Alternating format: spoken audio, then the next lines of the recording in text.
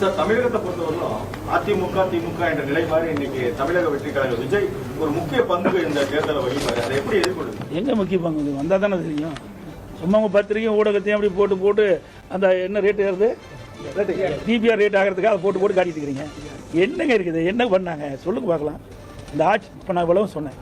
இன்னைக்கு அதிமுக பொன்விழா கண்ட கட்சி, 31 காலம் தமிழகத்தில் ஆட்சி புரிந்த கட்சி. மத்திய அரசு மாநில அரசு என்னென்ன திட்டங்களை கொண்டு வந்து நிறைவேற்றி அதன் மூலமாக தமிழகம் எந்த அளவுக்கு உயர்ந்திருக்கு நாங்கள் பரிச்சுன்னு சொல்றோம். அதெல்லாம் சொல்ல முடியும், என்னன்னு சொல்லுங்க பார்க்கலாம். என்ன சொல்லல, கூட்டம் ரசிகர் கூட்டம் வரத்தான் செய்யும். பாருங்க கொடி பறக்குது.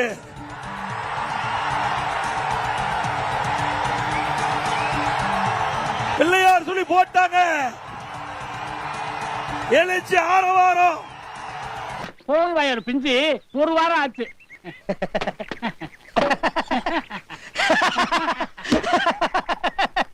அரசியல்ல இதெல்லாம் சாதாரணமாப்பா.